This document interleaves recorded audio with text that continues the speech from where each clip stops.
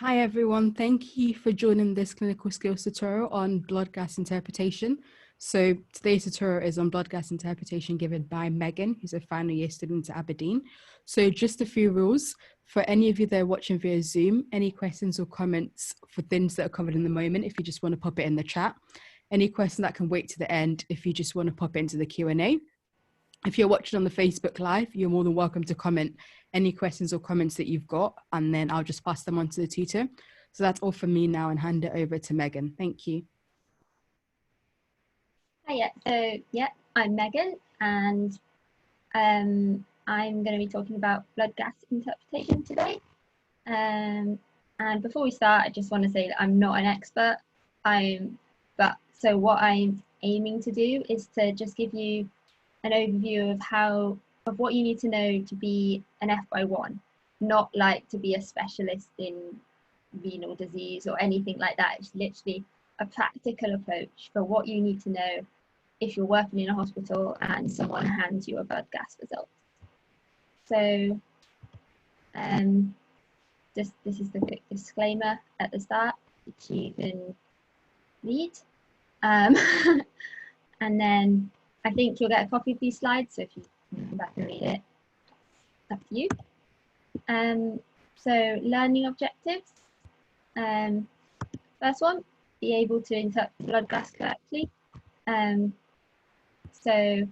yeah, that is what it says. Understand potential abnormal causes of an abnormal blood gas. So this is important because it's one thing picking up a blood gas and knowing that it's abnormal, but the next thing is to know why it's abnormal. We're not going to talk about treatments or anything because that's kind of a bit of a wide area for one lecture. So we're just going to talk about causes.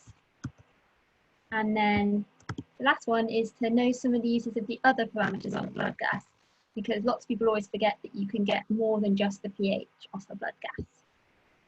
So to start with, we'll just recap some physiology. Now, we're not going to go into detail, we're just going to cover the basics to remind everyone of kind of how acid-base balance works in the body. So the whole of the pH maintenance in the body revolves around the dissociation equation. So it's all a series of buffers that maintain this equilibrium. So the normal pH is 7.35 to 7.45, and it has to be maintained within this tight range. So this equation should hopefully be familiar to you and not be seeing it for the first time. And it all revolves around the fact that carbonic acid, which is H2CO3, which is in the middle, is a weak acid. This means it dissociates when it's in an aqueous form. So this equilibrium can move to the left and to the right to change the pH of the blood. And this is regulated on CO2 by the lungs, and then the bicarbonate by the kidneys. So how is the pH regulated? In very simple terms, by the lungs. If you're acidotic, you need to blow off more carbon dioxide, so your lungs will increase the rate of your breathing to blow off more carbon dioxide. And obviously the reverse is also true. Now the kidneys are a lot more complicated than that, but the basics of it is that the proximal convoluted tubule can alter how much bicarbonate you resorb into the blood. So if the pH is low, it will resorb more bicarbonate ions to change this. If the pH is high, it will resorb less. And this is all around the action of the enzyme carbonic anhydrase. Now, if you're interested in physiology, something you can go and read up about. But if you're not, as long as you understand the basics of how it works, then that should be okay. Or at least for now, anyway. So, how do you approach a blood gas result? So, the way everybody has a different method for doing this. So if you already have a method that works for you, then stick to it. Don't try and change it now. But if you still haven't quite decided on a method, well, this is the method that I'd use, so you're more than welcome to use that one. And what we're going to do is we're going to kind of build up a flowchart of how you can approach a blood gas result. And there's a copy of the full flowchart at the end of the slides. So when you get a copy of the slides, you're more than welcome to keep that to use for your revision, because it's a good reminder. So to start with, you get this blood gas result. Is it an acidosis or an alkalosis? Or is it normal? So how do you decide this? Well, it's quite simple. Look at the pH. If it's less than 7.35, it's an acidosis. More than 7.35, it's an alkalosis. So you've decided whether it's acidotic or alkalotic. What next? Well, is it a respiratory or metabolic reason for this? So this is the next level of the flowchart. And I might just point out now that the units in the flowchart might be different depending on which country you're in, which region you're in, and on the individual hospitals. So when you get a copy of these slides, feel free to change the reference ranges to where you are in the UK, because they probably will be different. But for now, these are the ones that I've used. So for the questions at the end, just bear this in mind, that these are the reference ranges that we're using for today. So is it respiratory or is it metabolic? So if you've looked at your pH, you've decided it's an acidosis. You go down the left-hand side of the flowchart. Then the next thing I'd look at would be the PCO2. Is the PCO2 above 6 kilopascals? Because if it is, it means you're retaining CO2. So this would be the reason for you being acidotic. So it's a respiratory acidosis. If you look at the CO2 and the CO2 is actually normal, then you look at the bicarbonate. The bicarbonate's low, below 22. The metabolic reason, it's metabolic acidosis. And then the same is true on the other side. You just apply the same logic to if it's an alkalosis. So obviously the other way around, it's PCO2. PCO2 even is low, then it's respiratory, the bicarbonate is high, metabolic. Now, for interpreting a blood gas, this is pretty much the approach to use for exams, because they will give you ones that are pretty straightforward. So if you want to just leave it there with the flowchart, I mean, that's up to you. But what we're going to do now is going to have a little think about abnormal blood gases. So why might your blood gas be abnormal? And we're going to add these causes for an abnormal blood gas onto the bottom level of the flowchart. The writing might be a little small, but I'm hoping it's going to be okay. So we'll start with a respiratory acidosis. So I don't know whether anyone has any ideas. If you want to pop them in the chat about why someone might have a respiratory acidosis, because there's more causes than there is on the list that I've got. So if you know of any reasons why you might have a respiratory acidosis, just pop them in the chat. Yep, COPD, that's a good one. Probably the most common one you might see in A&E, because obviously that affects a lot of people. Pneumonia.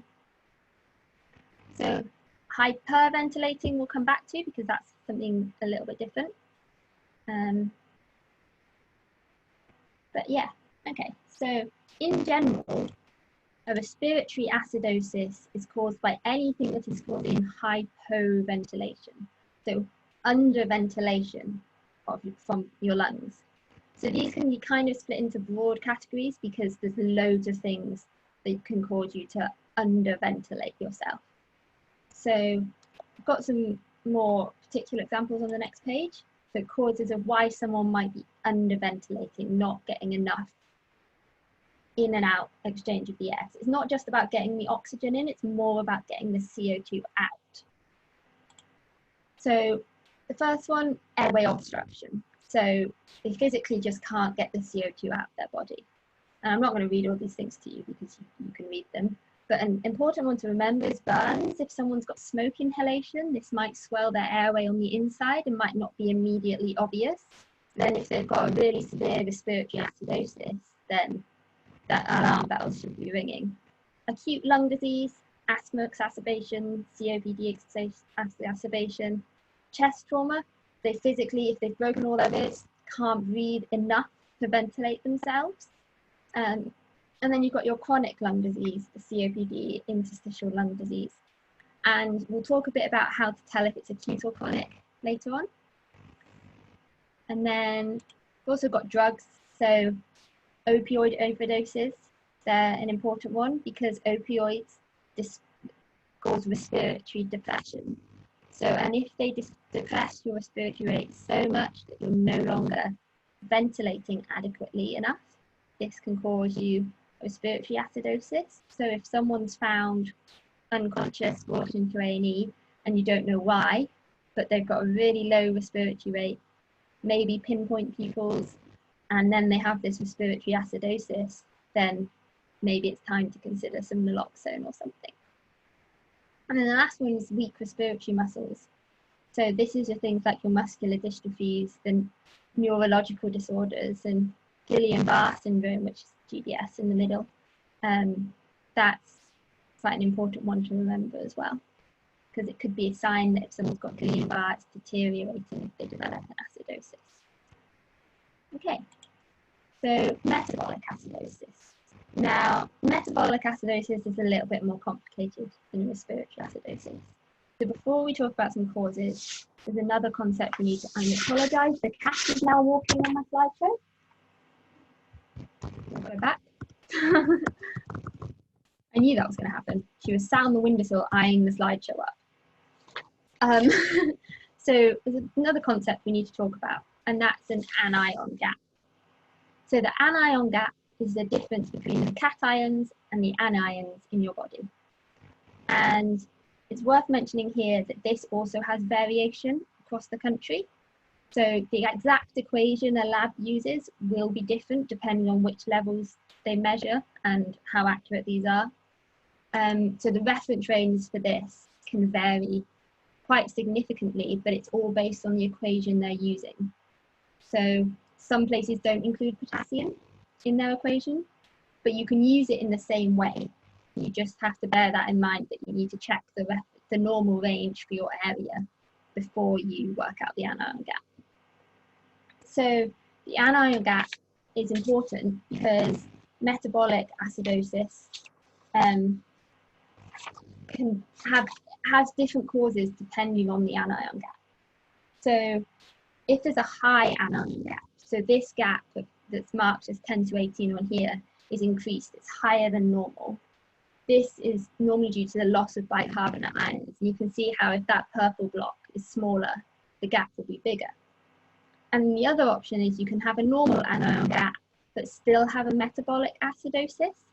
And this is because even though you've lost the bicarbonate ions and this purple block's got smaller, it's been compensated by an increase in chloride ions. So the yellow bit's got bigger.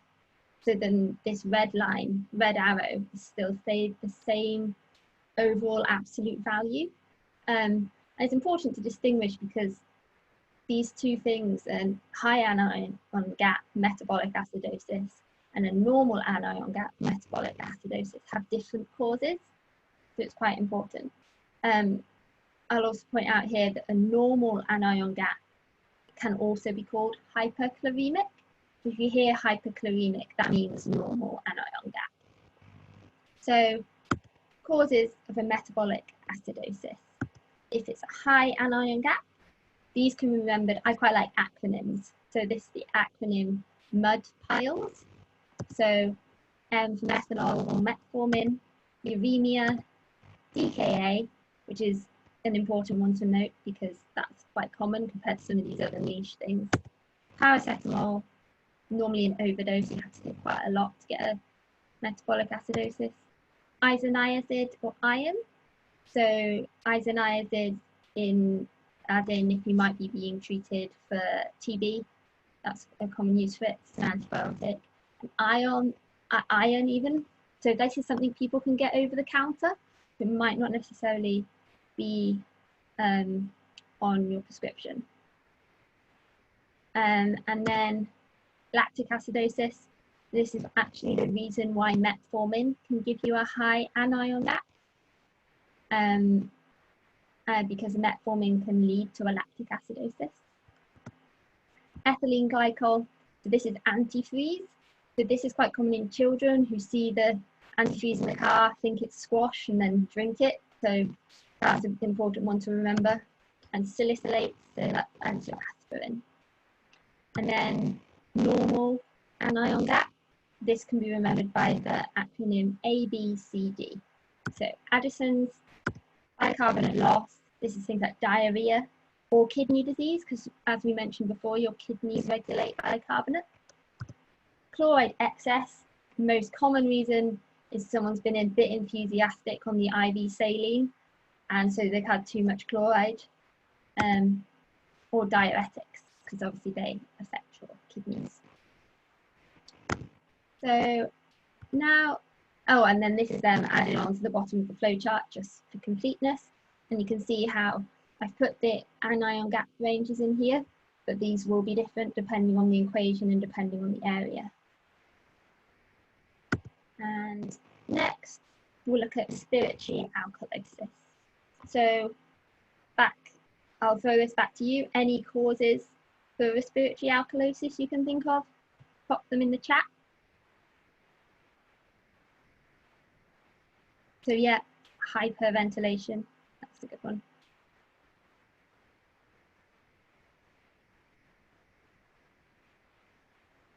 Stress, anxiety, yeah, they're good.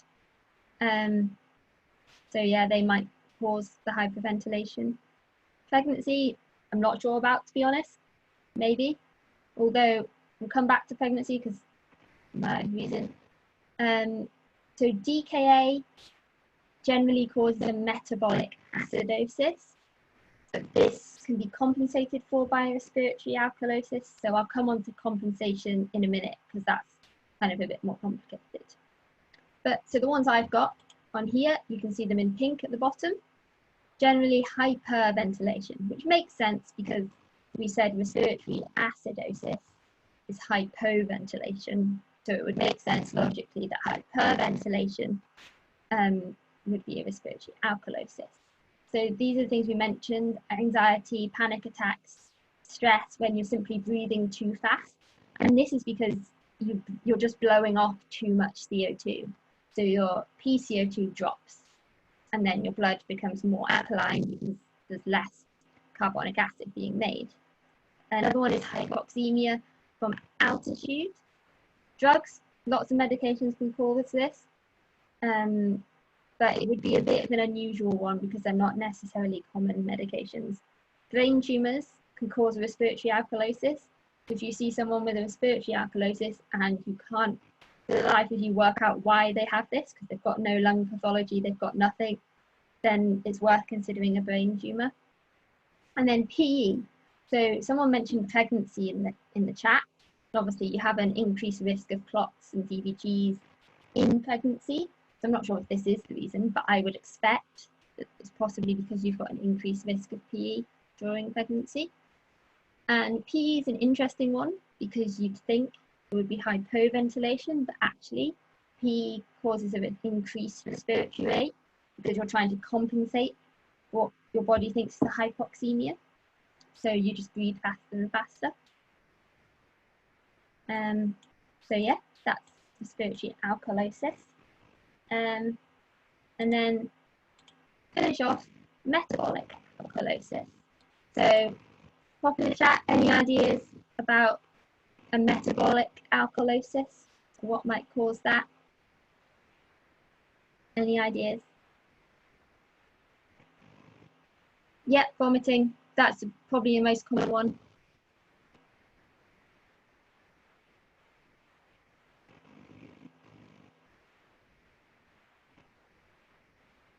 Yep, pyloric stenosis, so that would probably cause vomiting. So yeah. Yeah. Now, diarrhea is an interesting one. Can technically cause either, depending on what's causing your diarrhea. But in general, anything that causes either hydrogen ion loss or bicarbonate excess. So I know we mentioned diuretics for metabolic acidosis, but like every rule, there's always an exception. And loop diuretics, because of the way they work, they cause an alkalosis as opposed to an acidosis. Vomiting, most common, you're vomiting up your stomach acid, so you're losing these H+ ions. Same with antacids. You take too many of them, they're neutralizing the acid. So it makes sense that you would get an alkalosis. Then hyperaldosteronism. So this seems a bit random, but actually when you think about it, we know Addison's, which is a hypoaldosteronism, so the opposite, causes a metabolic acidosis. So it would quite logical that hyper would cause a metabolic alkalosis. And the last one is edema. So essentially you've got a lot of fluid moving out of your vascular space and kind of dilutes it down as opposed to loses it. So yeah, this is the complete flow chart now, pretty much. So there's a copy at the end, there's a copy here. So this is quite good for revision because it's quite straightforward and it looks pretty. So that's always a bonus. Right. So now we're going to talk a little about compensation and combined results. So like most things in medicine, it's not quite as black and white as it would seem from the flowchart. It's not quite such a straight line down the middle. So first we'll talk about compensation.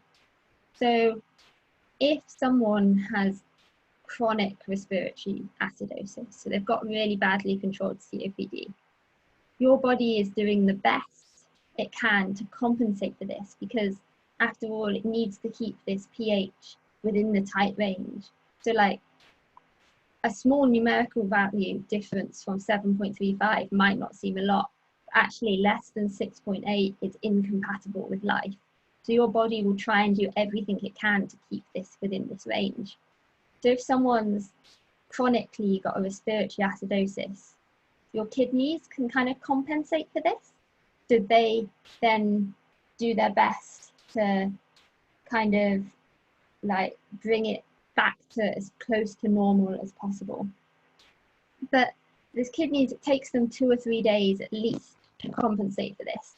So when you take someone's blood gas, if their bicarbonate is also deranged in comparison, and as well as their CO2 is deranged, and that's why they've got an acidosis, then this probably leads you to think this is something they've had for a while. This isn't something they've just woken up with today. And a good example of this is in DKA. So you probably be here at medical school quite a lot about Kussmaul breathing. So it's this specific breathing pattern that people in DKA get, kind of seesaw breathing. You see their abdomen working really, really hard, taking really fast, deep breaths.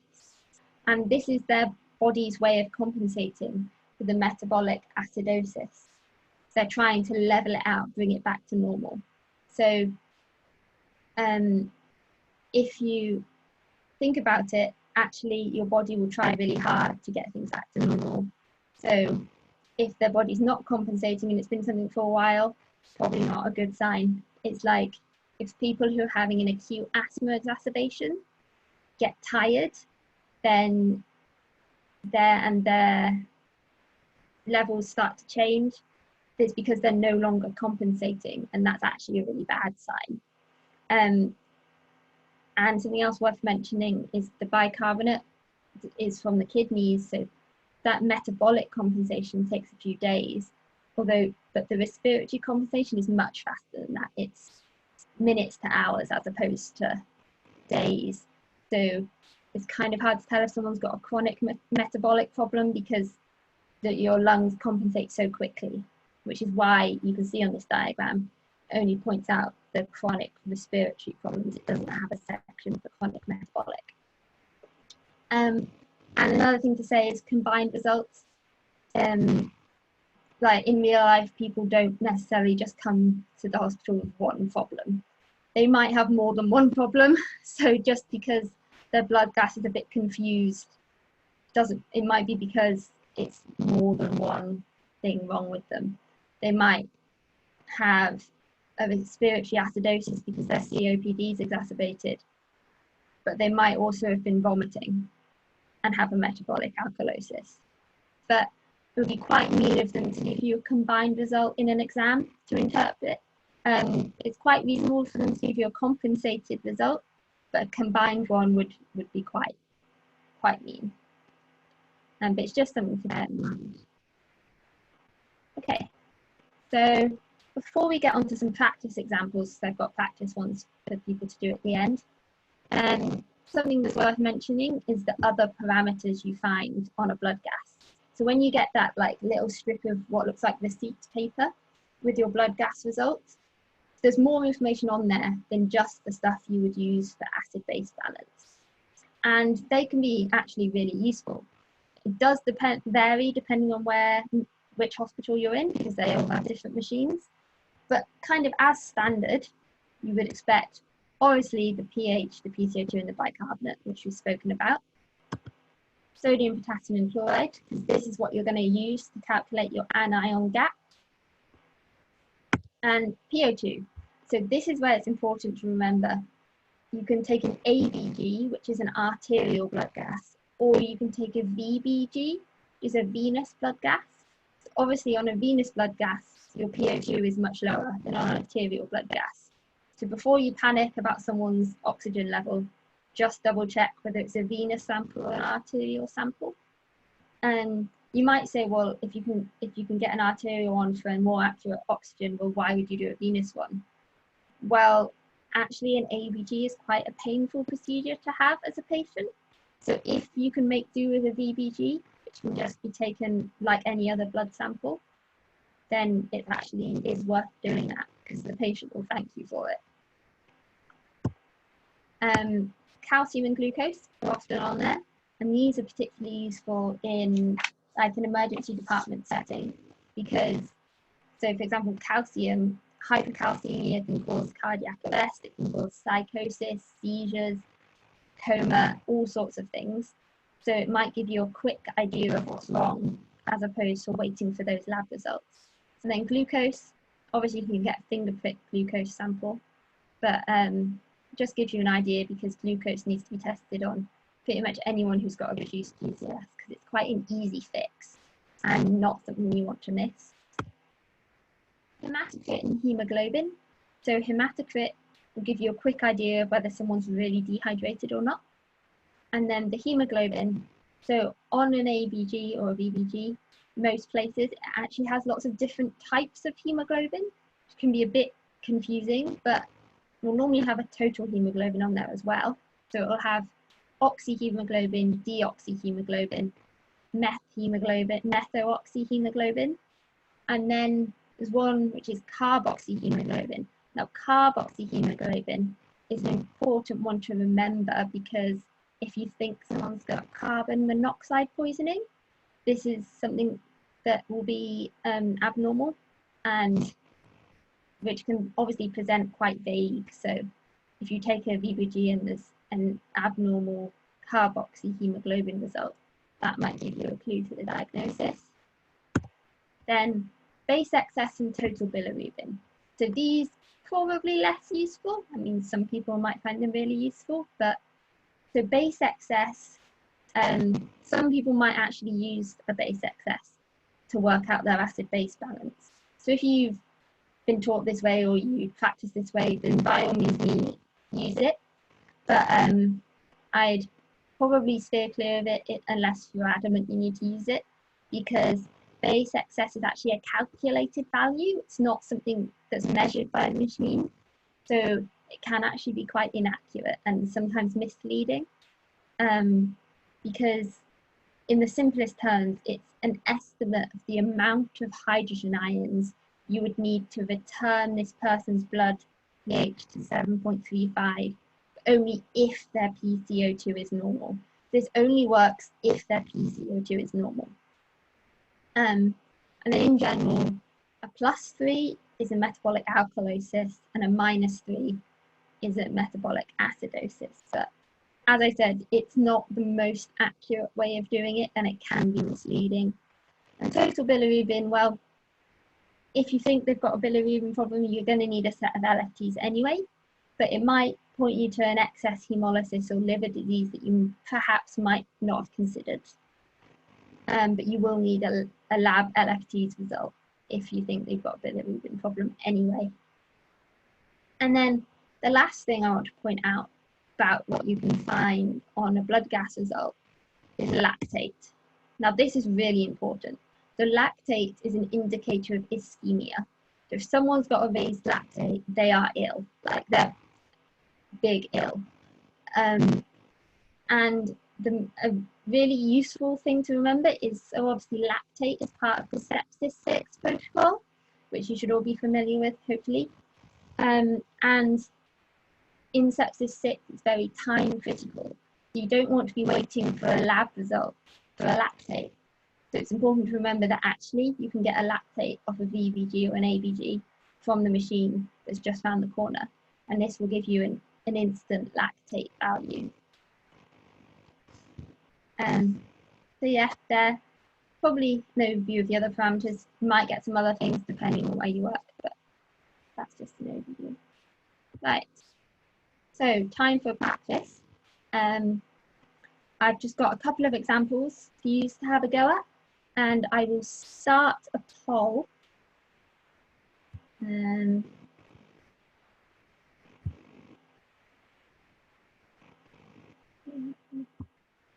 So you should all be able to see that and have a vote, see what you think.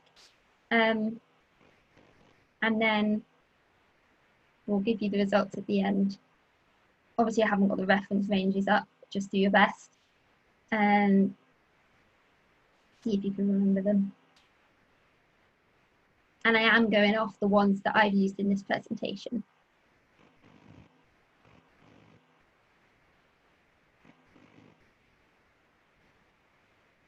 Just give you a couple of minutes to do that.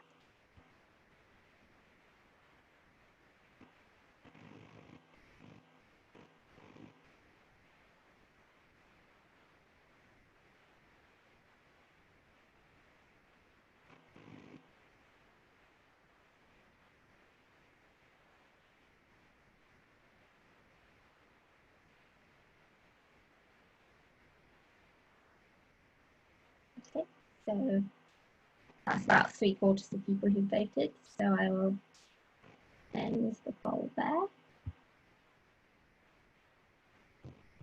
And share the results, so hopefully you can see them. And so, yeah, this is a respiratory acidosis. So I'll just go through it quickly, but most of you got it right, well done. So first thing we said we look at is the pH. So pH is 7.25, it's less than 7.35, so this is an acidosis. So now you just need to work out why it's an acidosis. The next thing you look at is the PCO2.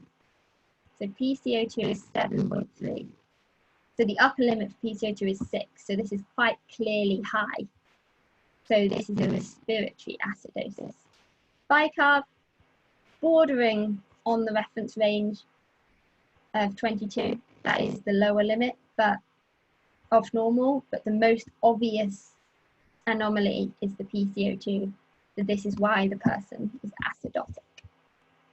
Now, bonus question, no it's not to do with ABGs, just answer in the chat. What type of respiratory failure is this? This is someone who's hypoventilating and causing them a respiratory acidosis. What type of respiratory failure would this be?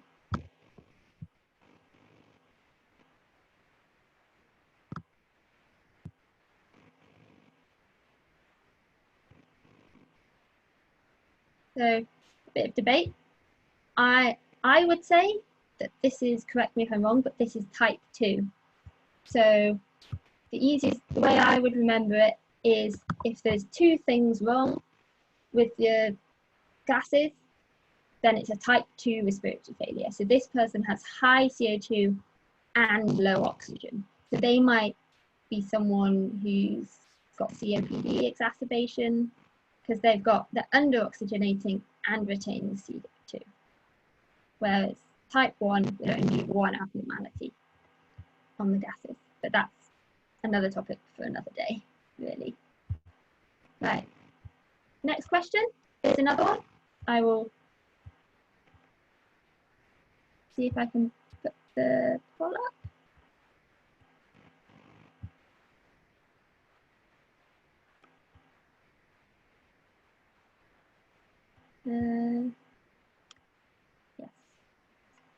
There you go. Have a vote when you think you know what it is.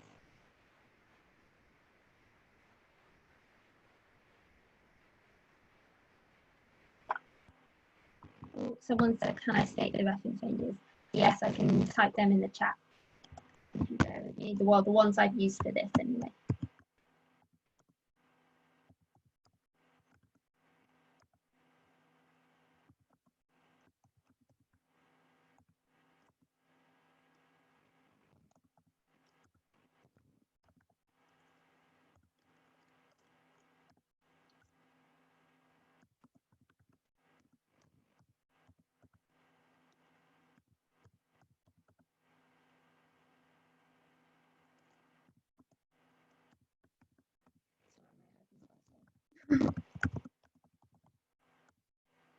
Yeah, and that's a good point someone's put out. In your exams, they will give you the reference ranges.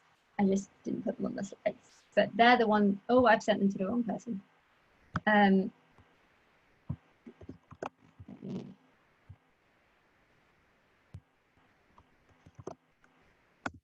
you go. They're the reference ranges I've used for this, if anyone wants them. But they will give you them in exams, or they should do anyway. But yeah, back to this question. About 3/4 of people have voted, so we'll end it. And yeah, well done. This is a metabolic acidosis. So I'll just go through it quickly again, but most of you have got this one right.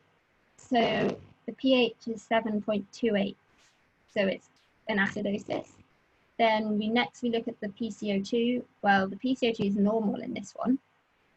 So then we look at the bicarb, which is low. So it's less than 22, which means this is a metabolic acidosis. So yeah. One more. This one's a little bit more tricky. So I will just work out how to.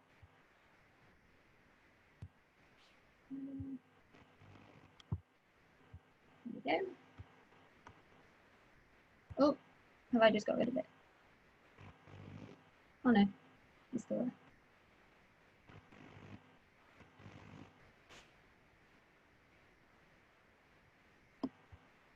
Have a look. If you're not sure, just have a guess.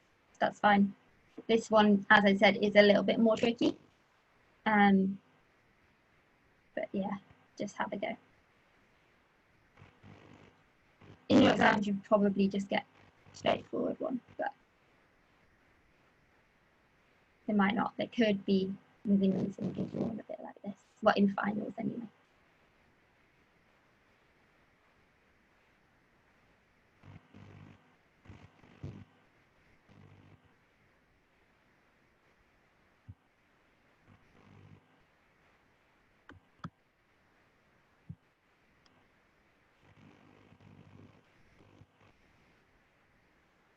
I've just spotted the question about the bilirubin and base excess, so I'll go over that again at the end. We'll just continue with the examples, but I will mention that again at the end.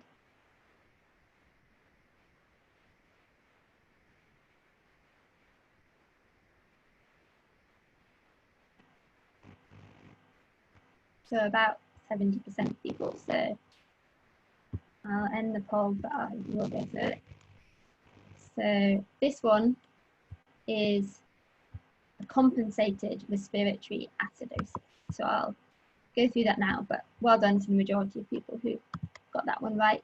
So as you can see, the pH here on first glance is normal. So it's within 7.35 to 7.45. But you need to look at the other parameters. You can't just look at the pH and see, oh, the pH is normal, it's normal, because it might not be. So the pH is normal, but when you look at the PCO2, actually it's high. So if you think about with a high PCO2, you would expect it to be acidotic. You'd expect it to be a respiratory acidosis. But then you look at the bicarb, and the bicarb is also high, and that combined with a normal pH means this is a compensated respiratory acidosis.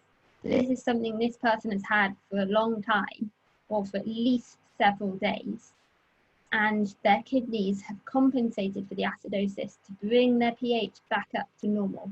Obviously, it's only just into the normal range because they have got respiratory acidosis, but their kidneys are working really hard to bring it back into the normal range, and that's why the bicarbonate is high. But the primary abnormality is in the CO2. So this is the last example I've got for you today, and I will just share the poll now.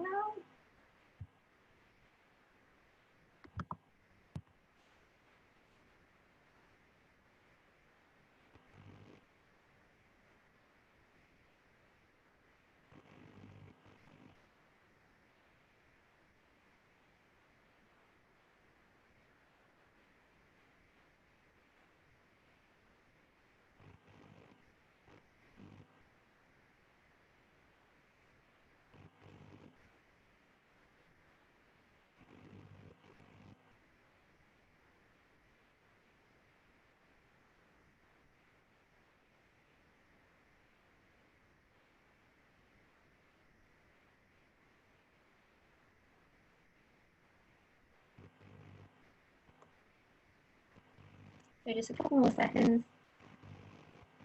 Just have a guess if you're not sure. So that's okay.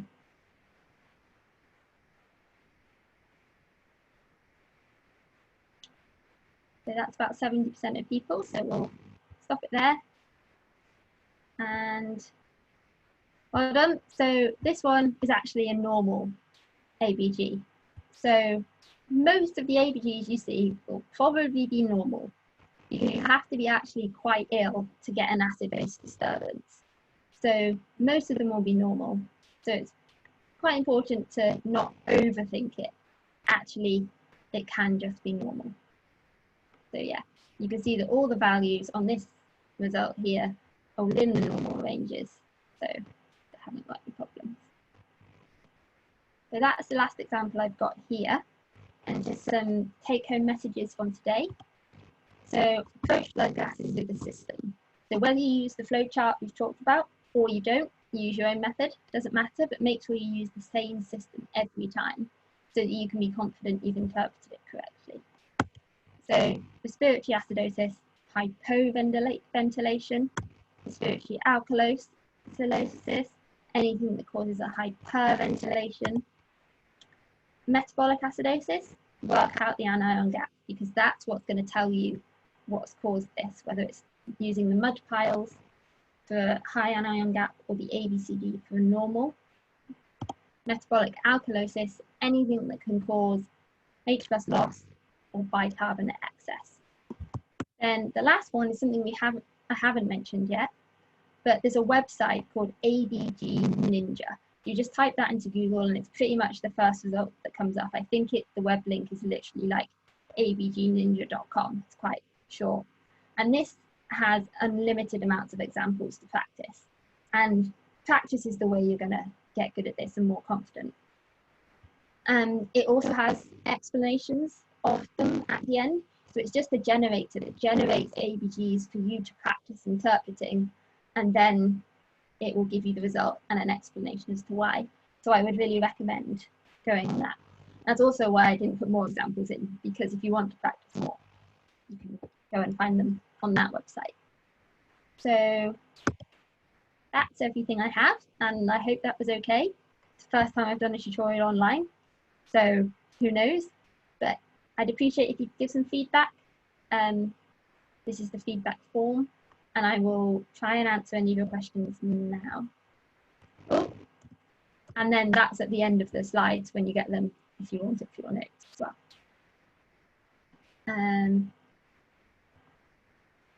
Perfect, right, where do I find the Q&A? There we go. Start with the first questions and go towards the end. How do you know whether the kidney is compensating the acidosis or the lungs compensating for alkalosis? So that's a good question. So I'd suggest that in most cases, if we think about question 3, whilst the pH was in the normal range, it was only just within the normal range. which leads you to think that actually this is an acidosis that's the main problem, and your kidneys have just, they've compensated, but only just. But it is a good point. And actually in real life, you look at the patient. If someone's compensating with their lungs, it's quite obvious. Like if they've got Kussmaul breathing, you will see it from the end of the bed. Normal range for PO2 is 10.1 to 13.3, or at least is where I am. So if someone is on oxygen, what would the normal PaO2 be for them? That's really important why you have to consider the fraction of inspired oxygen on when you're looking at a blood gas, because whilst the normal range is 10.1 to 13.3, someone's got an oxygen of 10, so it's only just under, but they're on room air, probably not that concerned. If someone's got an oxygen of 10 on 15 litres, then you're more concerned about them. So you always have to take into account the fraction of inspired oxygen when you're doing this. And it's probably also a good thing to point out is you can take an ABG, which is an arterial blood gas. You can also take a VBG, which is a venous blood gas. And whilst your PaO2 on a venous blood gas isn't going to be as helpful, because you'd expect it to be lower if it's a venous sample. So before you panic about your patient under oxygenating, just double check whether it's an arterial or a venous sample you've got. And you might say, well, why don't you just take an arterial sample of everyone to be sure? Well, actually, the patient will thank you if you don't do an ABG on them, because ABGs aren't the most pleasant thing. They're actually quite painful. So if you can get away with a VBG, then that's good. But obviously, ABG is better if you're looking at oxygen. Let me have a look. If you find a patient with a suspected opioid overdose or unable to rectify their respiratory acidosis on their own, how would we do that for them? So if you suspect opioid overdose, you can give them naloxone, which will reverse this really quickly, and they'll probably pop up. If they've taken it intentionally for recreational purposes, not be too pleased with you because you've ruined their drug taking experience. You also have to monitor them because naloxone has a really short half-life, so they might crash again. And if someone is really not managing well, that's when you would intubate someone, because you have to oxygenate their body for them, because they just haven't got the respiratory muscles to do it. That's why you might see people with Guillain-Barré, if it's really severe, on a ventilator, because their muscles are too weak to ventilate themselves. So you have to use the pressures from the ventilator to do that. So that would be how you would do that, but you won't be doing that as a junior doctor. So right, you'd be getting help if that was the situation you were in.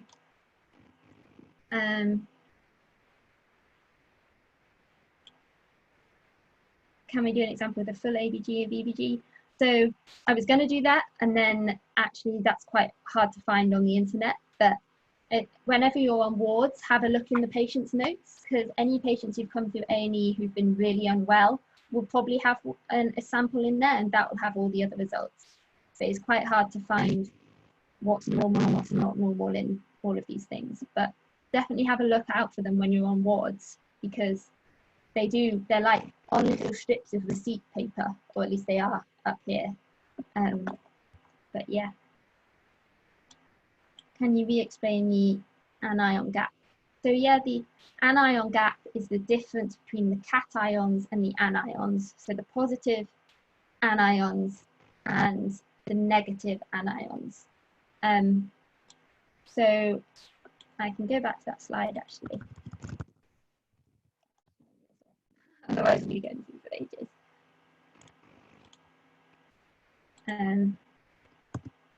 So this is the equation that a lot of places will use. Some places won't use potassium in it, but that's just because of the ways they measure their lab results. And this will tell you whether the person has compensated for their bicarbonate loss with a hyperchloremia. So if you lose your bicarbonate, but you don't compensate with your chloride, you can see how this purple block at the top will get smaller, but the red arrow will get bigger. So your anion gap will be high. So it's a larger anion gap. And that's your mud piles acronym, which will cause that. Whereas if it's normal, so if the bicarbonate's been lost, so the purple bit's got smaller, but it's been compensated for with a hyperchloremia, then the yellow bit will get bigger. But the absolute value of this difference will be the same. So I hope that's a little bit clearer. So that's really for when you're thinking of the causes of metabolic acidosis.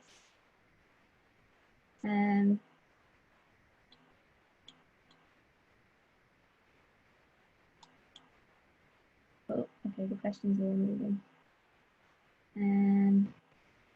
If you have time to briefly explain the difference between type 1 and type 2 respiratory failure. So yeah, so type 2 is the one, I remember is type 2 has two different things wrong. So you're hypoxic, but you're also hypercapnic. So you're not getting oxygen in enough, but you're also not getting oxygen out. So the whole of the gas exchange process across your alveoli is disrupted. So this is your chronic COPD kind of picture. You can't get oxygen in, but you also can't get carbon dioxide out. Whereas I'm right in thinking, I'm not an expert in respiratory, but in type 1, there's only one thing wrong.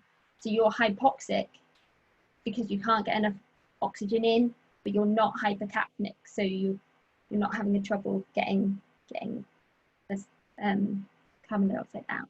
But that's something to read about in your respiratory blocks. I wouldn't want to be quoted on that.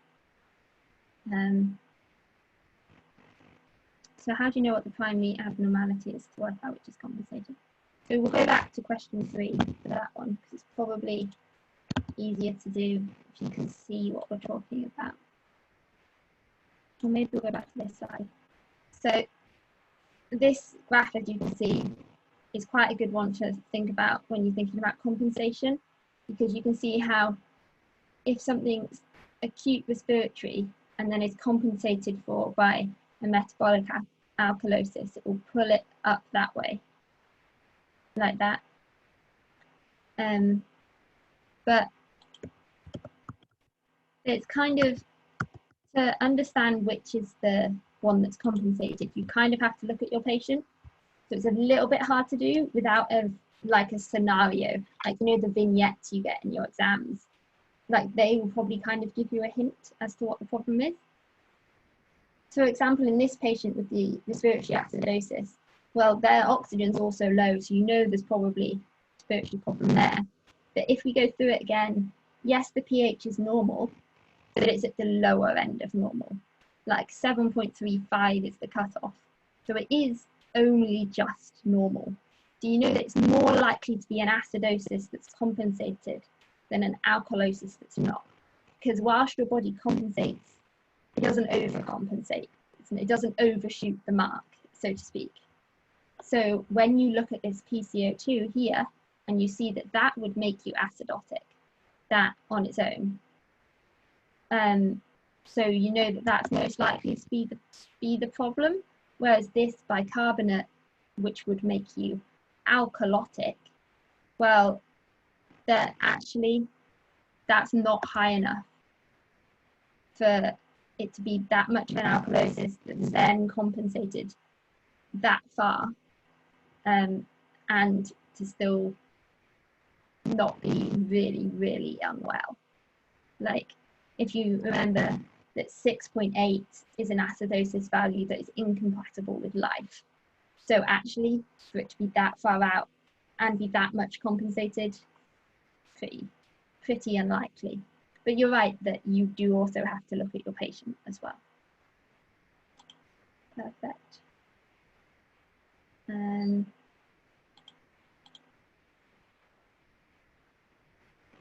One of an oxygen. So PO2 is, I think we spoke about this before, 10.1 to 13.3 is generally what you're thinking of if it's an arterial sample. The venous sample, that's completely different. You can't really measure the oxygen off a venous sample. You can, but it's less accurate. Someone's on oxygen, well, the normal range, you still want them to be in the normal range. So if you're giving them oxygen, that's because they're not in the normal range otherwise. So you probably wouldn't expect it to be, it might be higher, but if it's higher, then they probably don't need the oxygen, because actually the normal range is 10.1 to 13.3. So if someone's on oxygen, it's because their oxygen was low to start with, or at least it should be anyway, if the oxygen is being used appropriately. Oh, and there was one question that was in the chat before that I said I'd go back to, which was the one about base excess and bilirubin. I'll quickly just, I probably don't need the slide for that, but so base excess is the one that I was saying is a calculated value. So you can use it to assess how much of a metabolic disturbance there is, but it's only accurate if the PCO2 is normal. So it's an estimate of how many hydrogen ions it would take to bring the pH back to 7.35 if the PCO2 is normal. And then the bilirubin, well, that's just the same as if you had an LFT's result, except an EBG or an ABG is much quicker to obtain. So it might aid you in ruling in or ruling out a liver problem, and guide you on what other tests you want to do. If someone's total bilirubin comes back completely deranged, well, you might think more of liver pathology than you would have done otherwise. So I suppose that's the importance of those two. Not the most important two parameters to be focused on, but can be useful. But yeah, so I will just put the feedback thing up again. But yeah, I think